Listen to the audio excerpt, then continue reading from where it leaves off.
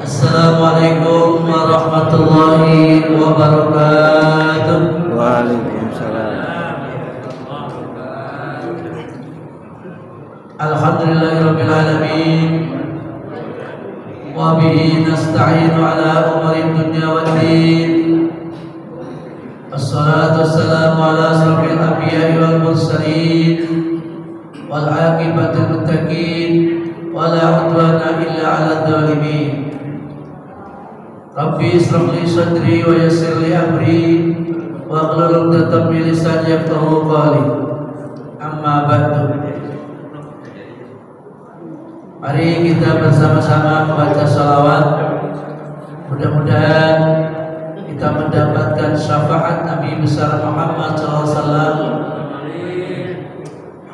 di yaumil hudmah. Ya Rabbi bil Mustafa balligh maqasidana waghfir lana ma maqam ya wasi'al karami.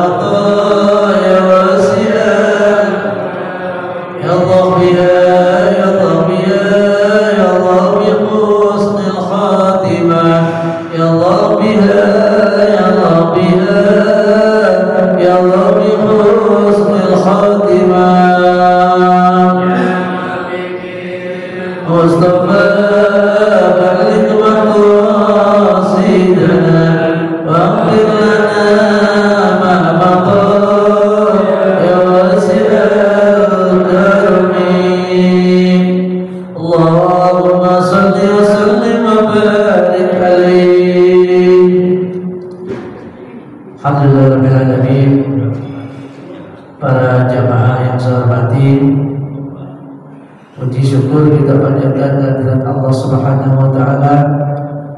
Pagi ini kita telah memasuki bulan yang terakhir, yaitu bulan Desember. Sudah masuk hari ini adalah tanggal 3 ya. Tanggal 2 atau tanggal 3 ini?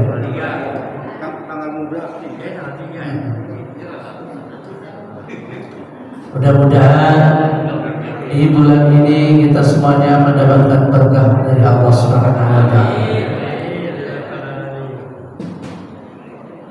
Rahmat dan salam semoga terlimpah curahkan pada junjungan kita Nabi besar Muhammad SAW wa ala alihi wa sahbihi. Jamaah yang berbahagia,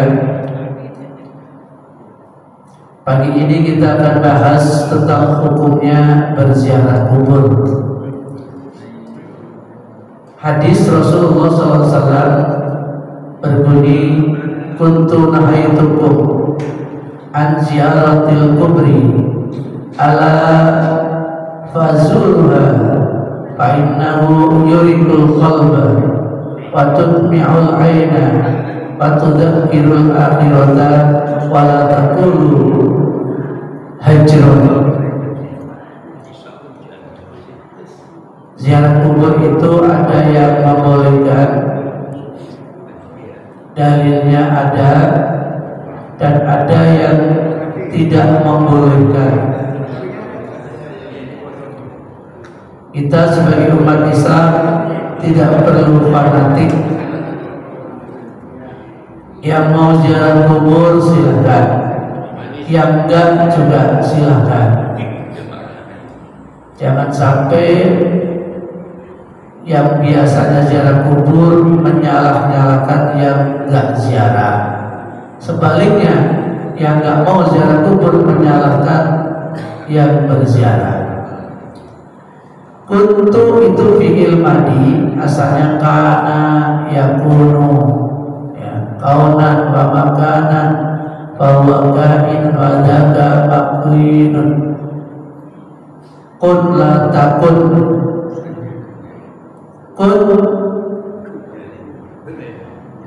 kuntu dulu saya. Ini kata Nabi. Kalau ada kata-kata kana bentuk kata kerja fi'il madi atau past tense menunjukkan waktu yang sudah lampau. Dulu aku nahaitukum, mencegah Anda semua, mencegah kamu semua an ziaratil kuburi, untuk berziarah kubur. Nabi mengatakan, dulu saya melarang kamu untuk berziarah kubur. Berarti pernah dilarang. Iya kan?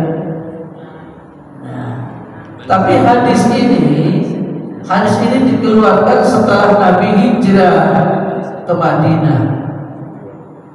Jadi ketika Nabi di Mekah melarang umat Islam untuk berziarah kubur. Ini tolong perhatikan, nih konteksnya hadis penting sekali. Ala fazuruha, ingatlah sekarang berziarahlah kamu semua. Tuh, di Mekah dilarang berziarah, setelah Nabi di Madinah membolehkan berziarah. Itu kan berlawanan ini. Di Mekah melarang, di Madinah menganjurkan. Fa innahu yuriqul qalba, sesungguhnya ziarah kubur itu dapat melunakkan hati. Jadi yuriqu itu melemahkan atau melunakkan hati. Hati kita keras, nafsunya terlalu besar, serakah dan sebagainya.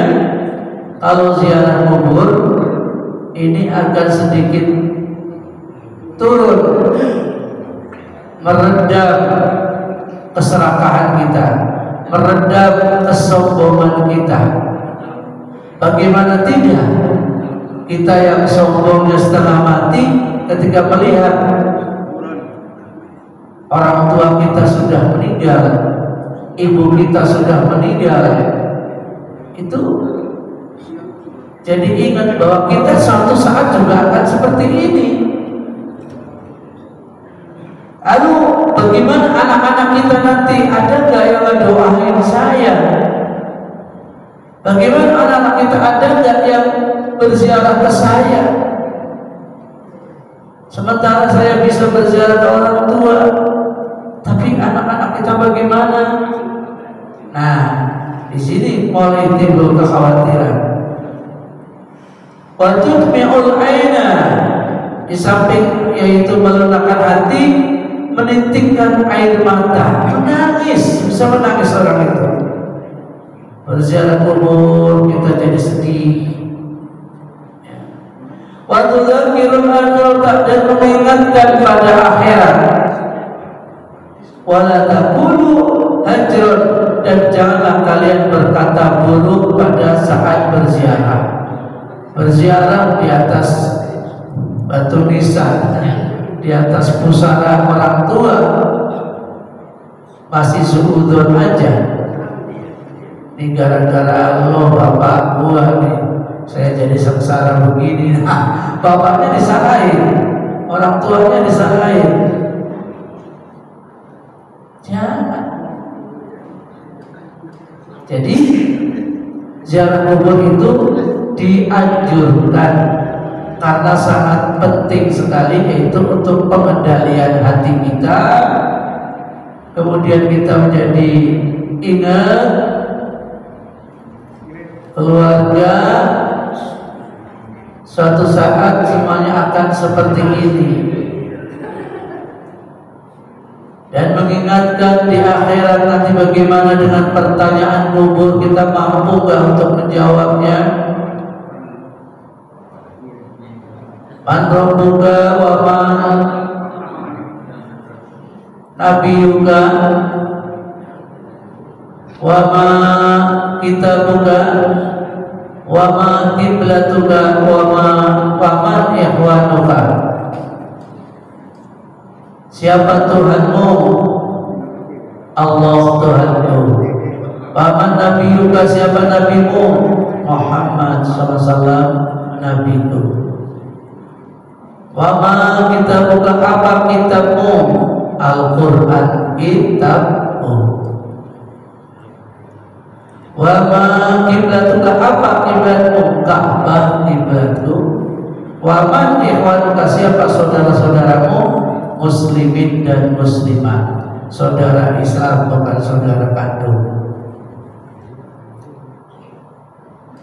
Belum lagi masa menunggu sampai kiamat kubro, lamanya seperti apa, Masya Allah. Jadi orang berziarah kubur ini bikin sadar diri.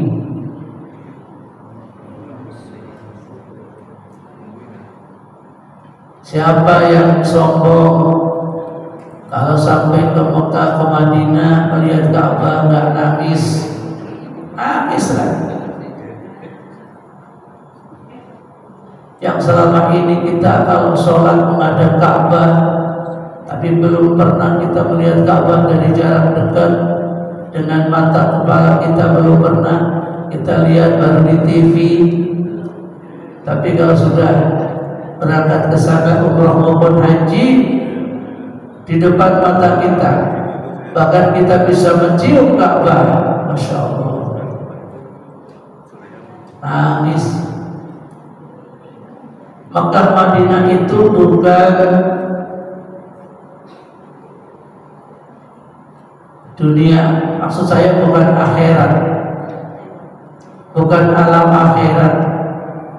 Jadi tidak ada orang ke sana itu kemudian dibalas langsung begitu, nggak ada.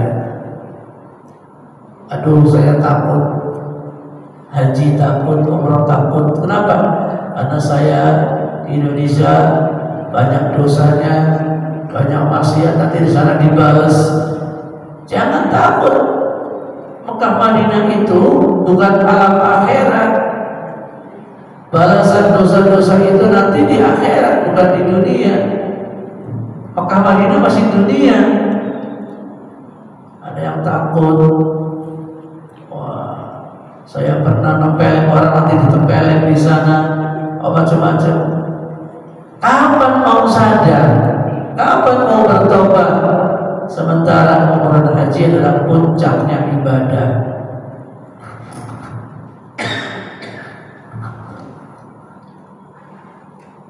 Jadi di makam Rasul sekarang ini kalau mau ziarah ke makam Rasul, daftar online dulu.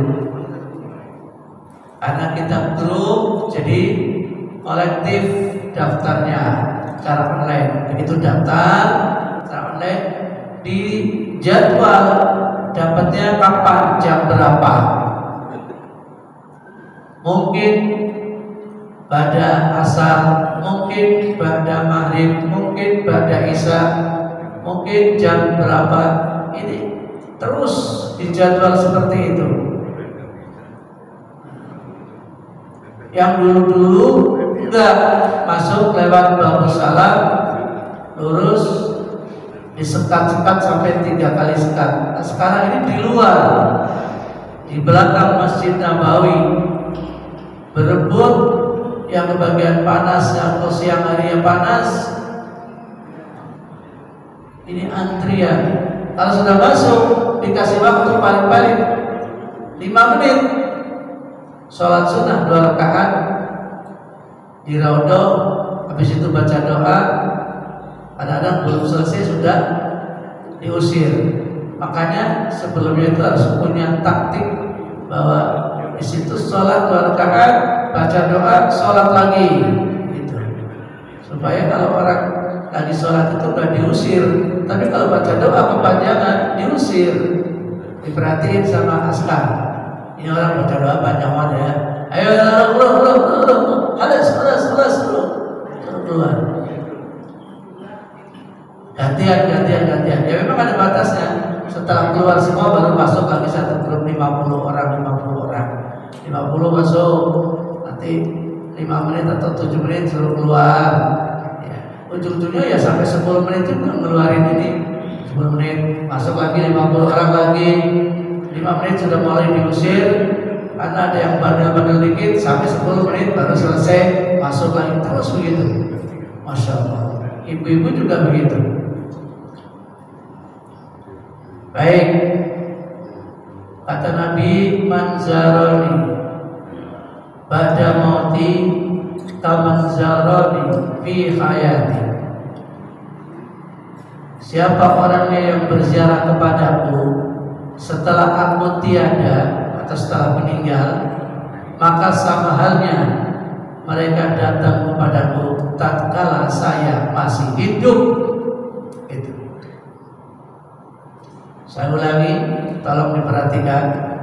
Siapa orangnya yang berziarah kepadaku setelah aku tiada atau setelah saya wafat, maka sama halnya, sama nilainya mereka datang kepadaku saya dalam kondisi masih hidup. Kayak silaturahmi begitu. Jadi kalau para nabi dan para wali memang hakikatnya itu tidak mati, hanya pindah alam. Jadi alam dunia jasadnya saja sudah hancur, tetapi ruhnya itu masih ada. Maka para wali jangankan hidupnya, sudah meninggal saja masih membawa berkah kepada lingkungannya. Itu kalau wali songo itu sampai kapanpun ya, yang berziarah banyak banget sana akan mendatangkan rezeki kepada lingkungannya.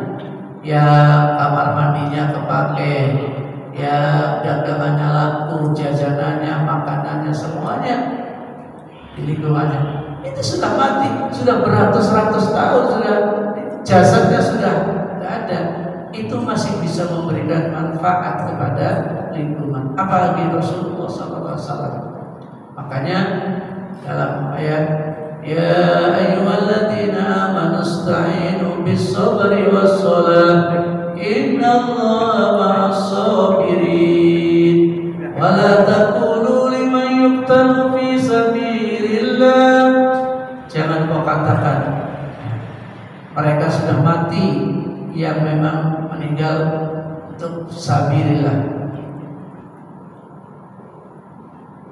Wala taqulu liman yuqtalu fi sabilillah amwat. Jangan kau katakan mati.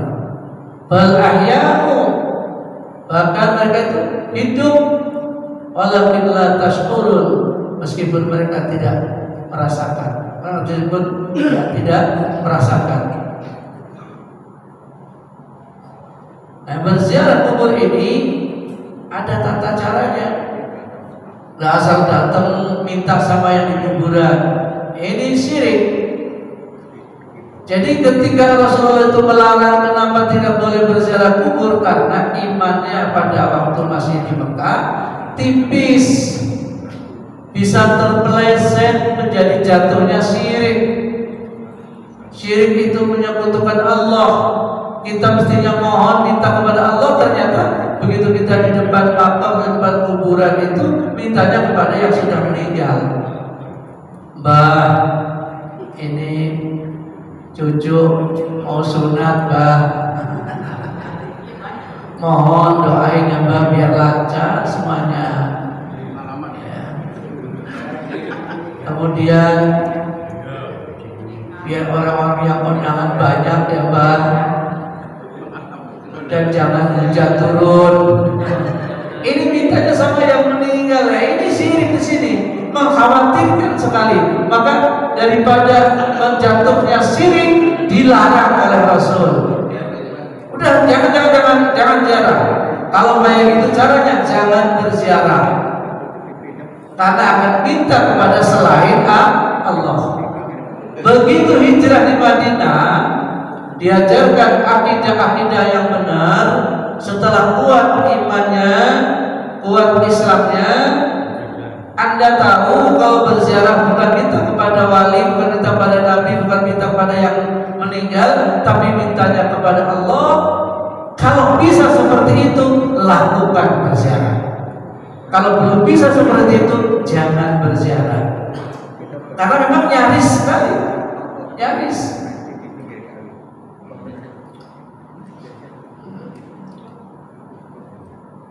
Man zarani fil Madinah muhtasiban kuntu lahu syahidan wa syafi'an yaumal qiyamah. Rawahul Baihaqi. Siapa saja yang berziarah kepadaku, kata Nabi, dengan mendatangi kota Madinah, berniat untuk mendapat keridhaan Allah Subhanahu wa taala. Ini pentingnya tuh. Innamal a'malu binniyat itu. Niatnya itu mendapatkan keridhaan Allah. Niscaya aku akan menjadi saksi, kata Nabi. Kalau kamu datang ke Madinah berziarah kepadaku, niatnya karena untuk mendapatkan ridho Allah, aku akan menjadi saksi. Nah,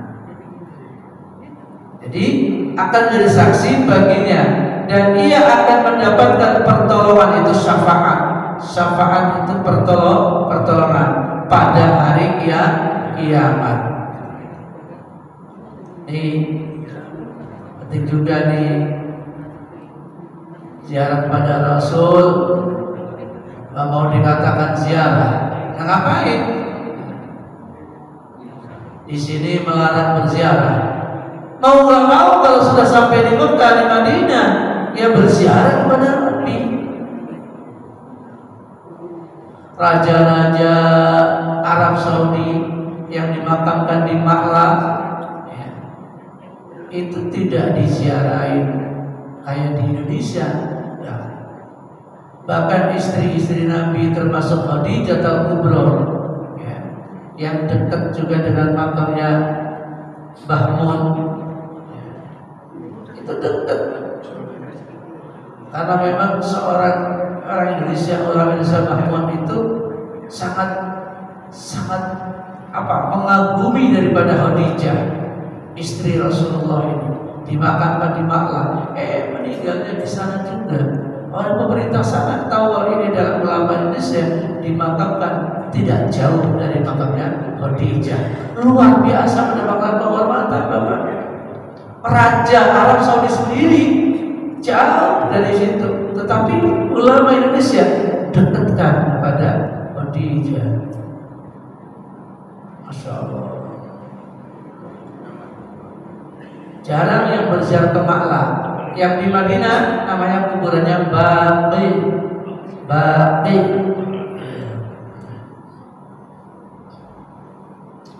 Nahaytukum an ziyaratil kubri walakin fasuruha fa inna lakum fiha ibratun. Ini ada hadis banyak versinya, versi lain, ya.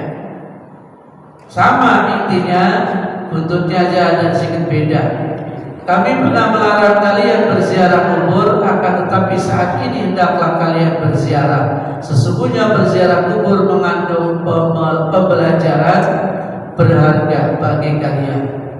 Pembelajaran berharga orang berziarah kubur, ya Allah. Di Sunan Gunung Jati sampai ada yang nginep di situ sampai bermalam-malam, 3 malam. seminggu,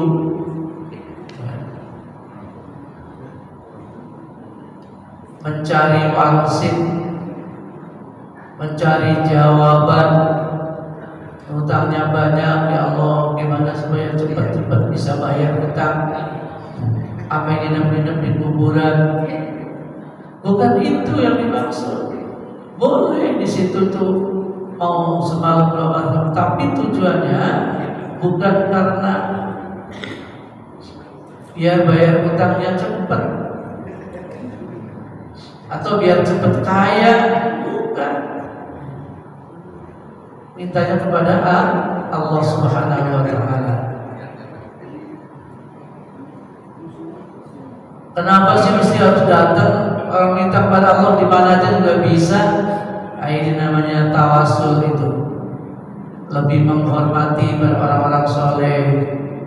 Kehadiran kita di sana, doa di atas di lingkungan makbarah itu sebagai penghormatan kita. Kita menghormati orang-orang yang dekat kepada Allah. Kita menghormati dan menghargai orang-orang yang dekat kepada Allah. Dengan cara seperti itu, siapa tahu Allah lebih mudah untuk mengabulkan doanya.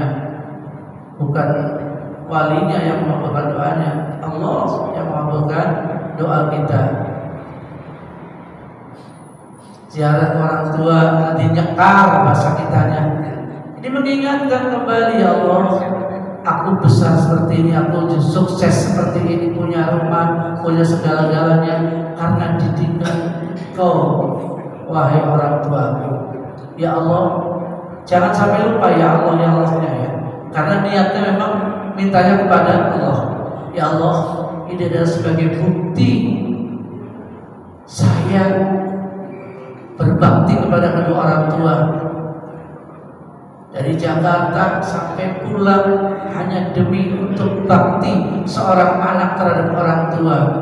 Kemudian mendoakan agar orang tuanya itu dibebaskan dari siksa kubur, agar orang tuanya itu dilapangkan kuburnya, diterangkan kuburnya, ditempatkan di sisinya Allah Subhanahu wa taala, dalam arti adalah surganya Allah Subhanahu wa taala. Ini doa seorang anak terhadap orang tua. Sampai seperti itu, merenung. Semuanya kita biaya dari orang tua dulu, ya Allah. Kita lahir, emak kita menyusui kita, menggendong kita, kita sakit, disayang-sayang, masya Allah. Teringat semuanya. Kenapa? Di atas makamnya. Tapi kalau tidak doanya di sini ya. Rabbi firli wali walidayya warhamhuma kama rabbayani shaghira. Ya Allah, ampunilah dosa-dosa kedua orang tua saya, bapak ibu, ya Allah, kasihanilah mereka sebagaimana mengasihi kami di waktu kecil. Ya begitu, kurang dekat sentuhan hatinya, kurang dekat. Tapi begitu kita datengin makamnya, masya Allah, ingat semua apa yang pernah, kebaikan apa yang pernah dilakukan oleh bapak ibu kita kepada kita, dan kesalahan apa yang pernah kita lakukan kepada orang tua. Belum sebanding kebaikan orang tua kita terhadap kita atas perbuatan baik kita kepada orang tua, enggak seberapanya.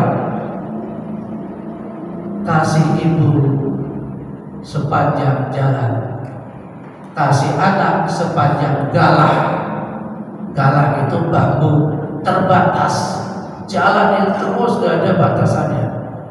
Kasih ibu bagikan matahari menyinari bumi, bisa memberikan cahaya panas dan sehat, tidak berharap untuk kembali. Tetapi kita memberikan kebaikan kepada orang tua, kadang-kadang masih ada embel-embelnya.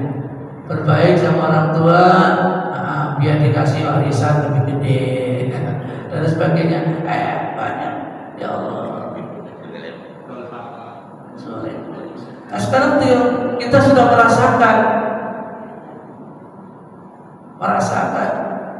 Kalau kita itu berbuat baik sama orang tua, anak kita akan niru nanti. Anak kita juga akan berbaik dengan kita.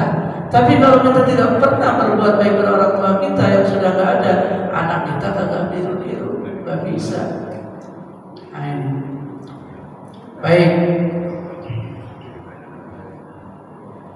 Di sini ada hadis yang ujungnya man hajja fazara qabri ba'da wafati faka'annama zarani fi hayati wa fi riwayatin man zara qabri wajabat lahu syafaati. Nah ini Rasulullah diziarahin itu dia itu tahu siapa yang datang ke Madinah, siapa yang datang ke Mekah, siapa yang datang ke Madinah. Rasulullah tahu. Bahkan orang-orang haji yang tidak berziarah kepada Nabi dianggap sombong. Siapa orang yang datang ke Mekah nggak mampir ke Madinah, sementara aku ada di Madinah kok nggak didatengin, itu sombong. Sombong, Pak. Maka sudah selayaknya lah kalau kita itu haji, karena prosesi haji itu adanya di Mekah. Di Madinah adalah penyempurna, termasuk ziarah kubur pada Rasulullah SAW. Ini tentang ziarah kubur. Jadi jangan ragu-ragu Bapak Ibu untuk berziarah kubur, untuk mendoakan kedua orang tua.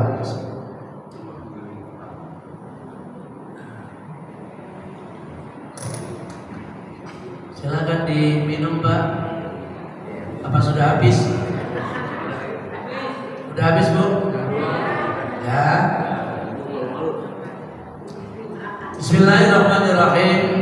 Kita beralih pada kitab hadis Riyadhus Shalihin. Wa Anas radhiyallahu anhu qala, dari sahabat Anas, semoga Allah meridhoinya, ia berkata, karena Rasulullah SAW, karena itu Rasulullah pernah, udah lama, bersabda, yaqulu Allahumma inni a'udzubika minal ajzi wal kasali wal jubni wal harami wal bukhli wa a'udzubika min adzabil qabri wa a'udzubika min fitnatil mahya wal mamati wa fi riwayatin wa dhala'a dain wa ghalabatir rijal, rawahu Muslim. Hadis yang terkenal, yang paling hebat dalam ilmu hadis dan semua hadisnya adalah sahih, yaitu Imam Bukhari dan Imam Muslim. Nama aslinya bukan Bukhari karena memang tinggal di wilayah Bukhara. Nama wilayahnya Bukhara, maka disebutnya Imam Bukhari. Tinggal di daerah Bukhara. Tentang doa, Nabi pernah berdoa, Allahumma ya Allah, ini a'udzubika, sesungguhnya aku mohon perlindungan kepadamu minal ajzi, dari hati yang lemah, wal kasali, dari perbuatan malas, wal jubni, dan perbuatan takut, wal harami, dan takut tua juga, takut tua, wal bukhli, dan perbuatan kikir. Jadi kita mohon kepada Allah agar kita jangan sampai lemah jadi orang, tapi punya kekuatan baik lahir maupun batin, fisik maupun non fisik, harus kuat. Jangan sampai menjadi pemalas, males, mau kerja males, mau cari uang males. Nah ini jangan, kita harus berdoa, ya Allah, kita harus semangat. Umur boleh tambah, tetapi ya semangat tidak boleh berubah. Contohnya komandan. Komandan Wadi ini sekarang nih lagi getol-getolnya bekerja, padahal umurnya sudah tambah terus, tapi semangat kerjanya masih ada. Malah nyangkul yang dulu sudah ditinggalkan beberapa tahun, sekarang nyangkul ya, semangat kerja, semangat. Bagaimana agar hidup ini semangat? Jangan sampai kita hidup itu loyo, kemudian apa namanya, kayak la yahya wa la yamut. Hidup segan, mati tak mau. Hidup kayak segan, mati tak mau. Dia gak mau mati, hidupnya segan, gak semangat.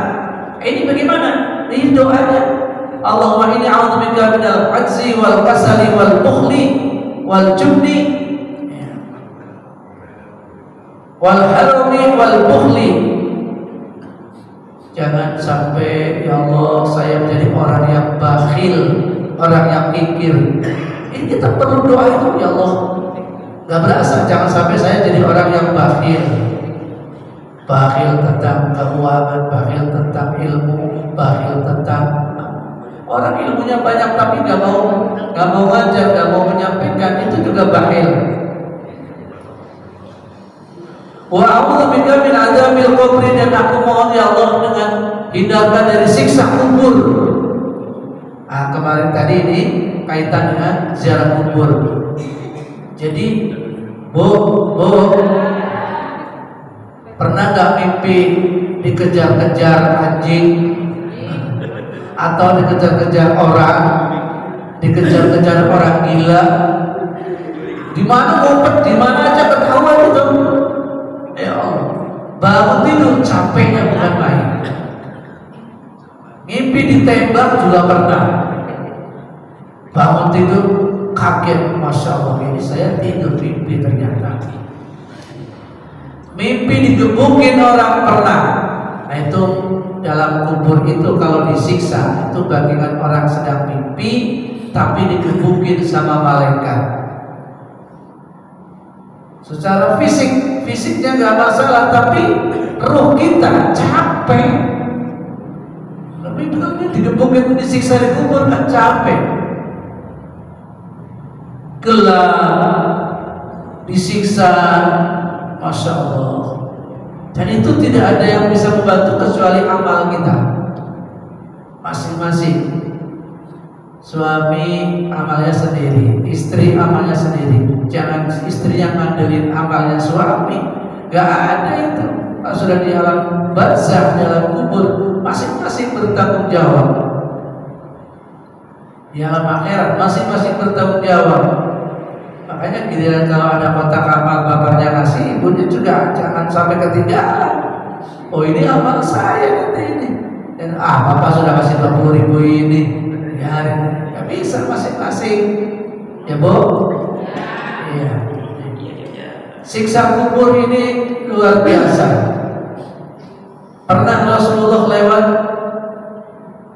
ada seorang yang sedang nangis minta tolong, disiksa di kubur.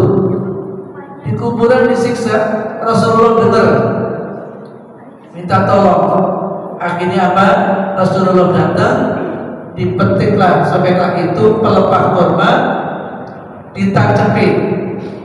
Ya Allah, ampunilah hambamu yang di kubur ini, dan jangan kau siksa selagi daun ini belum kering.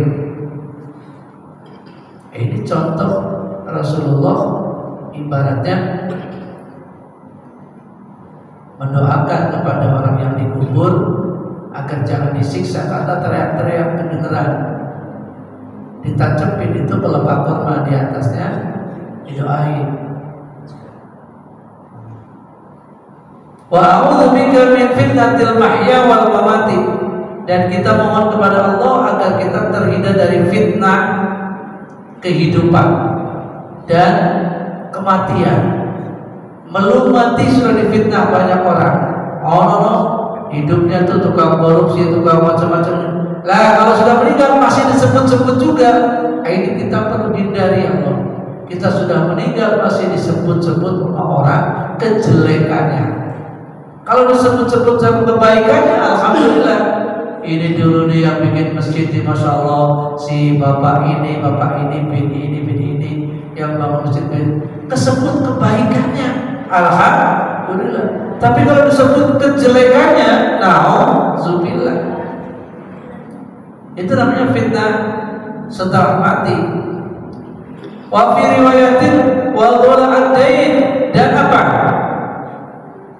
Keberatan dengan hutang. Kita mohon ya Allah, jangan sampai kita punya hutang yang banyak. Tapi kalau sudah terpaksa, ya apa boleh buat, ya Allah, mudah-mudahan berikan solusinya untuk bisa membayarnya. Siapa yang pengen punya hutang banyak? Gak ada. Yang ada kita pengen gak punya hutang, tidur lelap, nyenyak, bangun tidur enak gitu. Karena tidak punya beban. Tapi kalau hutang jadi punya beban. Kalau sudah terlanjur bagaimana Ustaz? Ya mohon kepada Allah, mudah-mudahan bisa membayar, solusi terbaik yang mampu untuk dilakukan. Wa ghalabatir rijal, dan penindasan atau penyiksaan orang lain. Jangan sampai kita itu ditindas, disiksa oleh orang-orang lain. Doa-doa seperti ini sebenarnya banyak sekali, yang versinya berbeda-beda.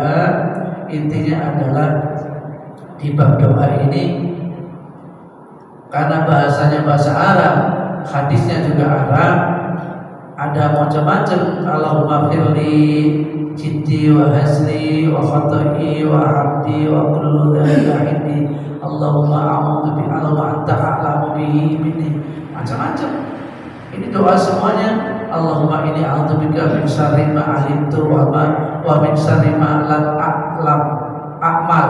Ya Allah, saya mohon perlindungan kepadamu ya Allah dari kejahatan-kejahatan ma amiltu, apa yang pernah kami lakukan.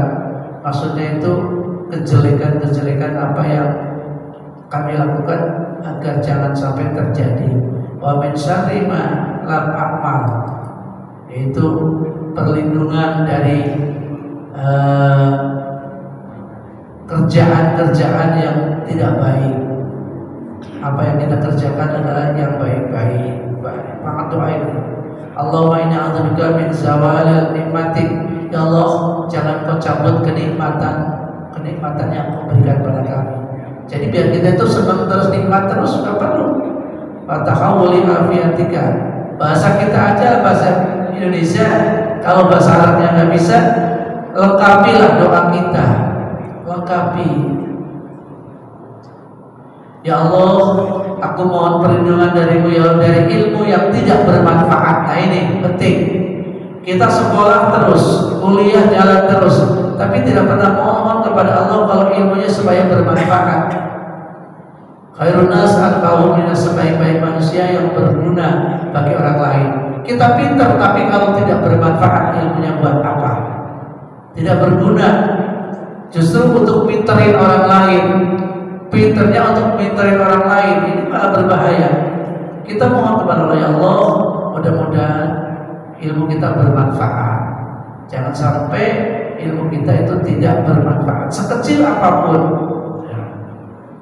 Usaha kita bermanfaat buat orang lain. Wa min qalbin la yakhsha, dari hati yang tidak khusyuk. Kadang sholat hatinya kemerungsung, pikirannya macam-macam. Maka sebelum sholat itu harus netralisir. Urusan dunia udah jangan dipikirin. 5 menit, paling 10 menit saya akan khusus, ini adalah komunikasi dengan Allah, komunikasi dengan Sang Pencipta. Jangan sampai terganggu, kita lagi sholat tapi pikirannya kemana-mana. Tadi kita belum selesai ya, itu tadi belanja udah dibayar apa belum? Ayo pikirannya macam-macam. Ya. Nah, makanya kalau ada pekerjaan, selesaikan dulu sebelum sholat. Tetapi waktunya sholat, as-sholatu ala waktiha. Nah ini penting. As-sholatu ala waktiha dengan as-sholatu fi waktiha. As-sholatu fi waktiha, sholat itu adalah pada tempatnya, pada waktunya.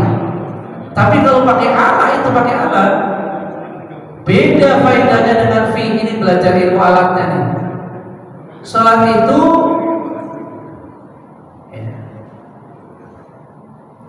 pada waktunya, dengan salat itu di dalam waktunya beda.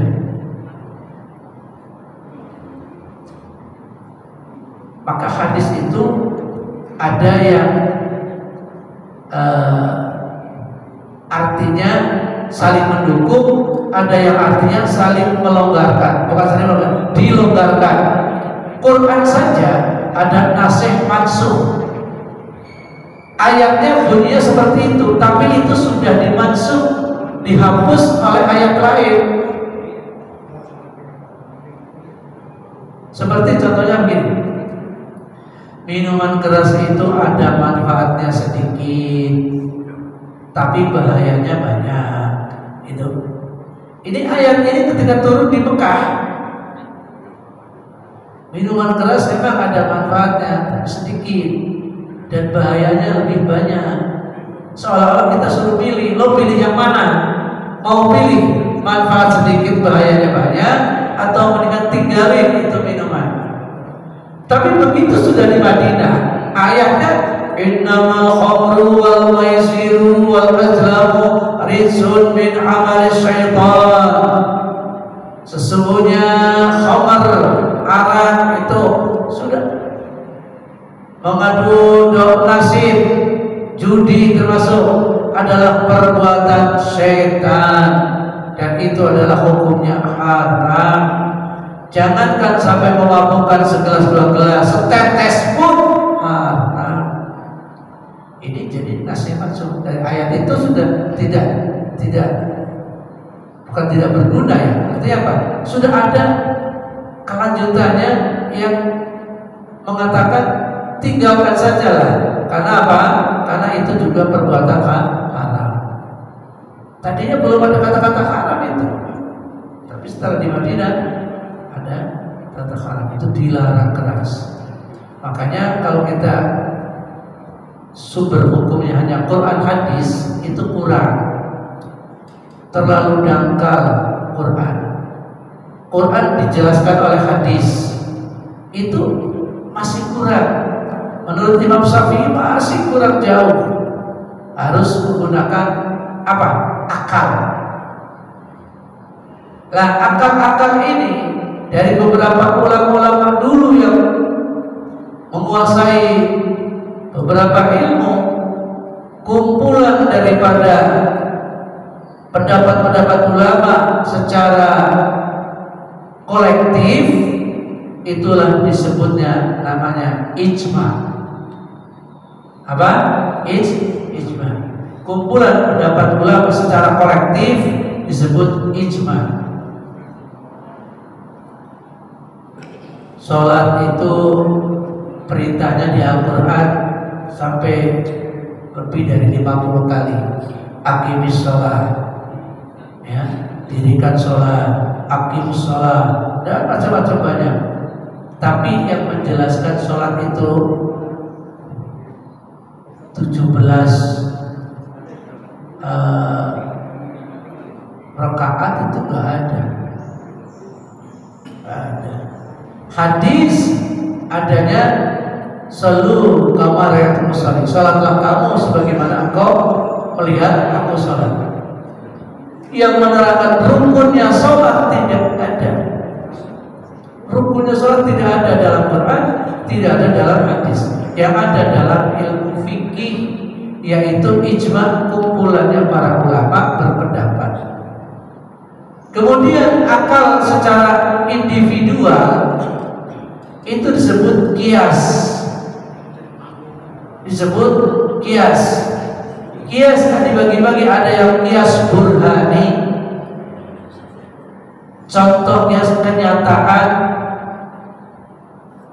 kita tidak boleh berbicara kasar, membentak orang tua, nggak boleh. Wala taqul lahuma qawlan karima. Aqul wala taqul lahuma uffin wala tanharhuma. Tidak boleh kata-kata bus, hak, membentak, apalagi mengusir. Nah, membentak saja tidak boleh. Ini akal digunakan, akal pikiran.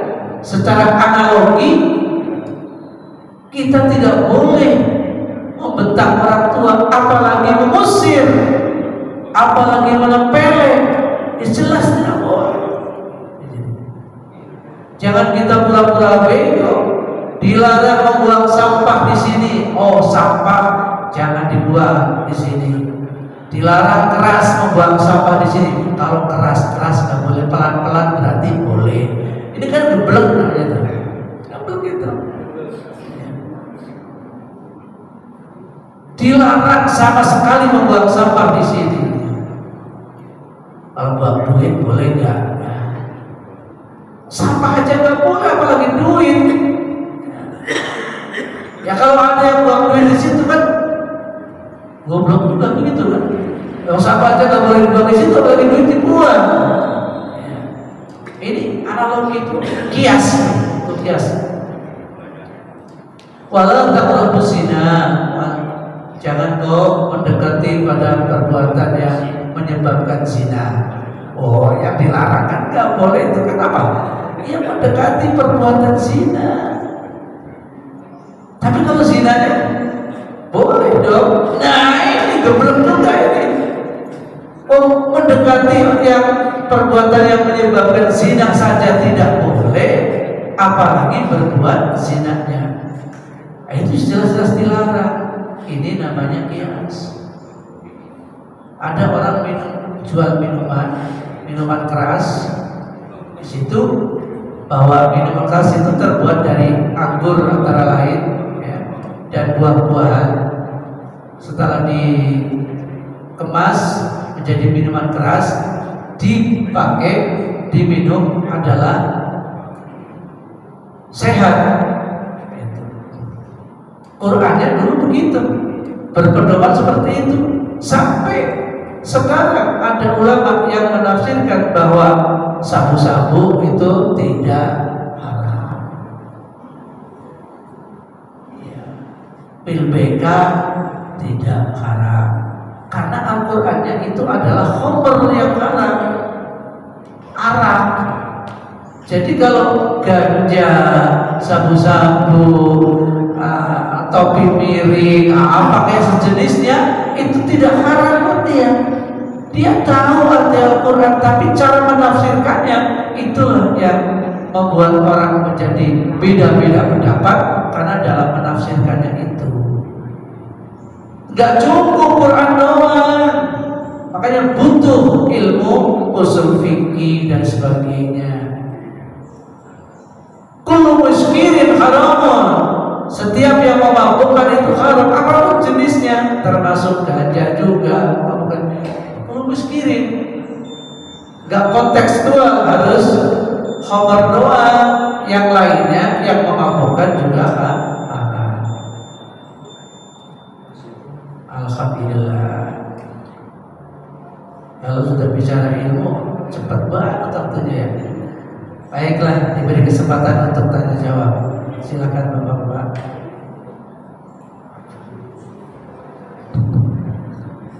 Mohon izin saya dulu karena ini kaitannya banyak di bulan ini yang siaran warisau.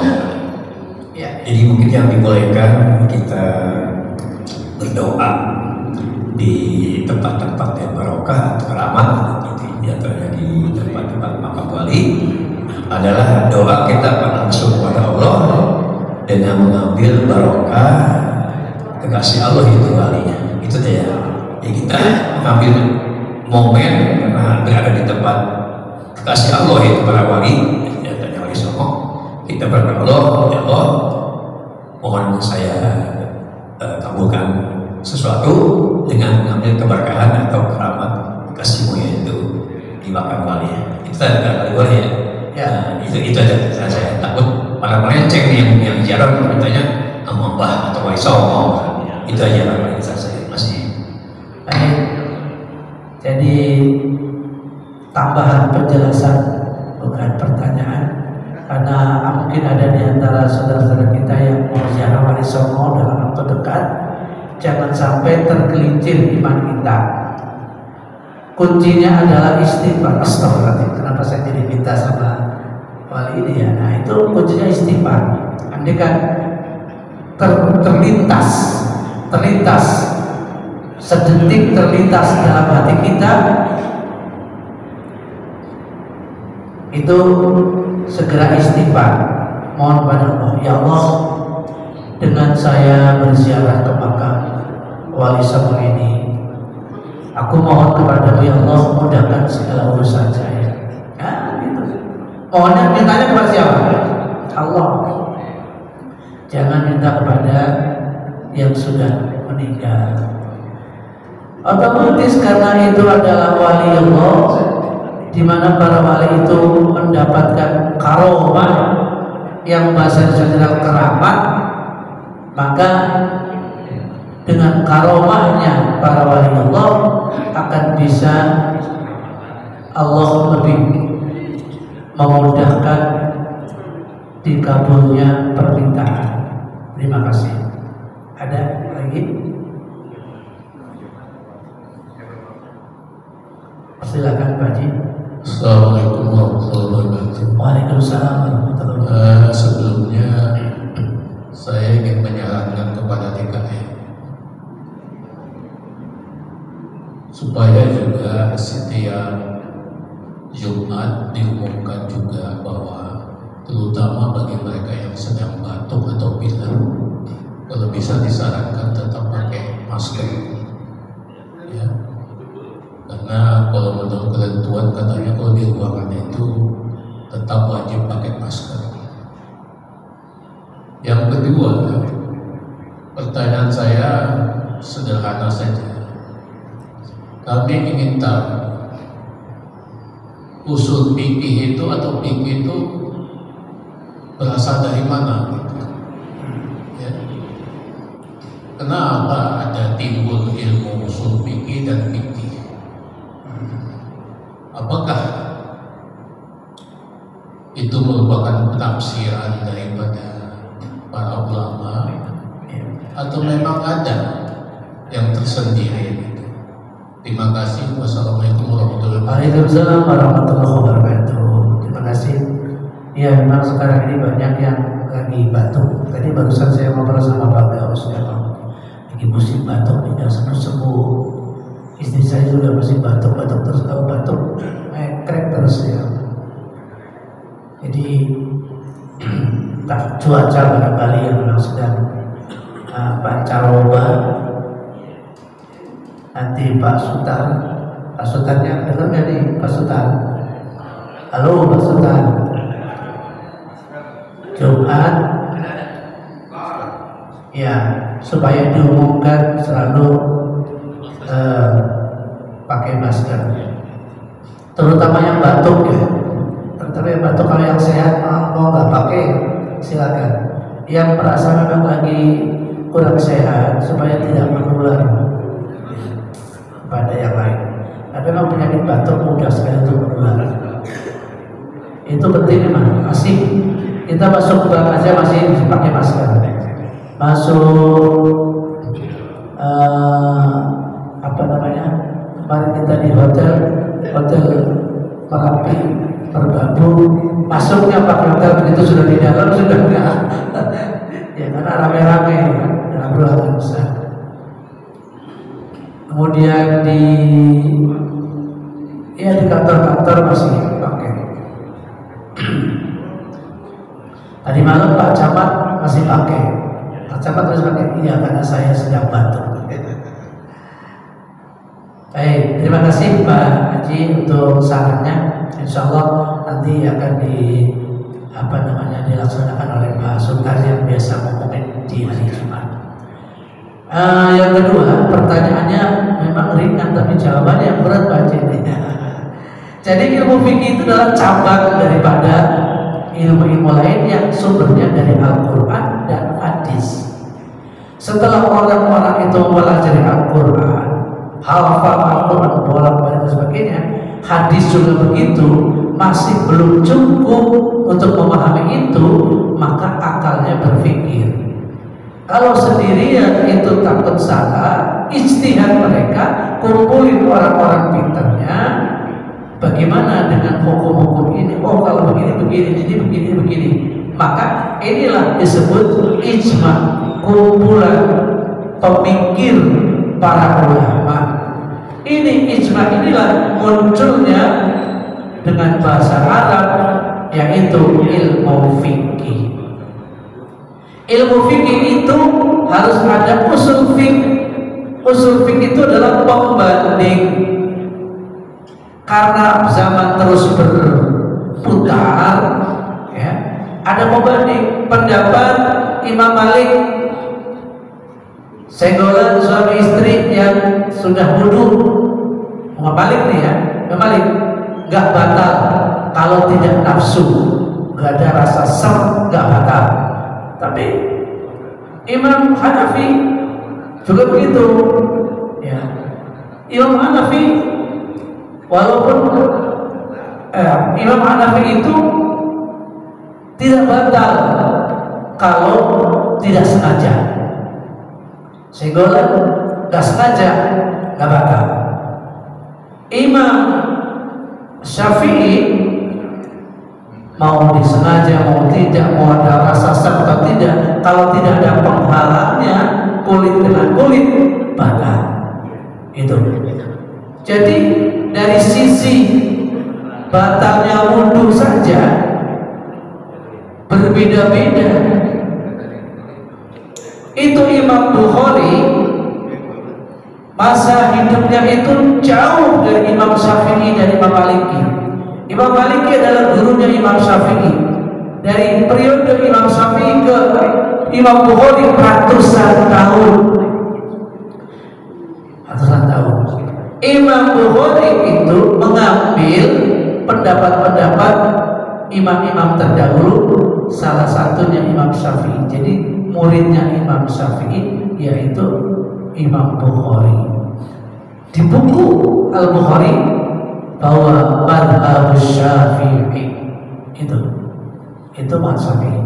Jadi muncullah ilmu baru disebutnya ilmu fikih. Fikhun artinya adalah untuk memahami Quran dan hadis, muncullah ilmu fikih itu. Salat kalau nggak ada ilmu fikih berantakan, nggak bisa. Karena Nabi di Quran tidak ada perintah salat apa saja, zuhur, asar, nggak ada. Salatlah kamu, salat itu. Hadis Rasulullah menjelaskan, salatlah kamu seperti salatku, atau seperti Anda lihat saya salat. Nah, kita kan sudah ratusan tahun, ribuan tahun nggak lihat. Ya para sahabat-sahabat dulu melihat Nabi salat begitu sebagainya. Kemudian kalau kayak gitu dikatakan bagaimana? Di hadis nggak ada.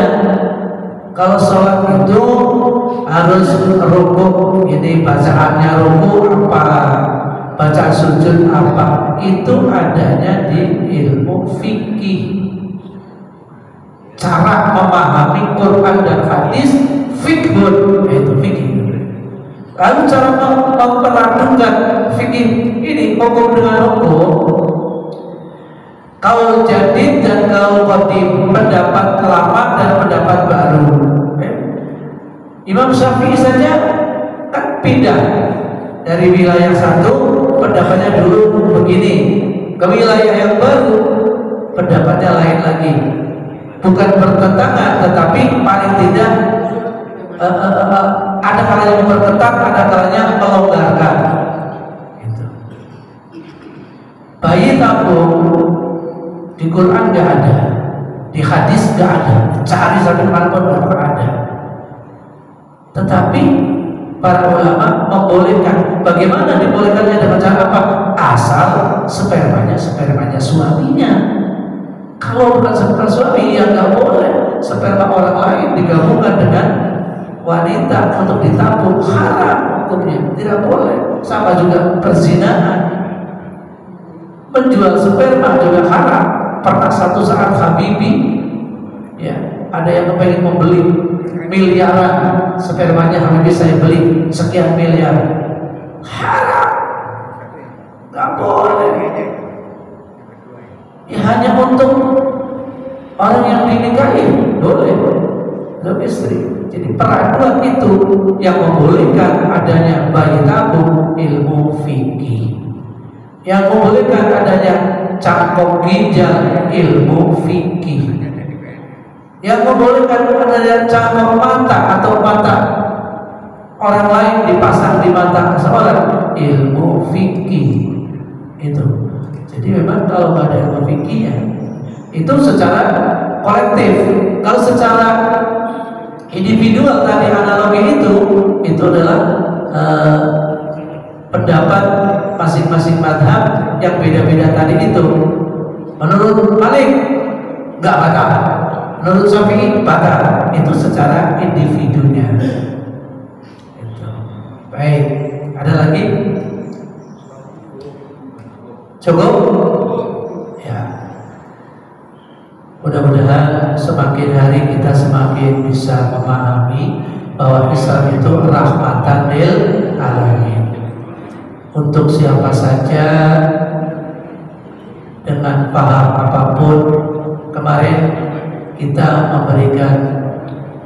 mengadakan pelatihan khotib se-Bekasi Utara, pesertanya 50 sampai 60 hari Sabtu dan Minggu. Pemberi materi wawasan kebangsaan bahwa Islam ini rahmatan lil alamin. Jadikan Islam Indonesia adalah Islam wasatiyah, tengah-tengah, tidak keras, tidak lembek gitu, tapi tengah-tengah. Islam wasatiyah dari Al-Qur'annya bahwa Allah itu menjadikan umat wasatan litakun, jadi umat yang wasatiyah, modern dan pengambilannya adalah tengah-tengah. Kemudian di dalam Indonesia untuk maju, lana madhabuna walakum madhabukum. Nah ini, buat kami madhab kami, buat anda madhab anda. Silakan mau pakai madhab apa saja silakan. Yang mau pakai madhab Syafi'i monggo silakan. Yang mau pakai madhab Hanafi silakan. Jadi tidak ada. Makanya munculnya banyak paham-paham di Indonesia itu adalah dipersilahkan. Cuma ahli sunnah wal jamaah mengambil jangan cuma Quran hadis sebagai sumber hukumnya, ditambah ijma dan qiyas. Yang nggak menggunakan ijma dan qiyas Quran hadis, silakan. Ya, silakan. Begitu. Mungkin bisa menjadi luas wawasan kita, bisa menjadi kita tidak benci kepada yang lain, dan bisa kita tidak mengaku paling benar. Terima kasih. Billahi taufiq wal hidayah. Wassalamualaikum warahmatullahi wabarakatuh.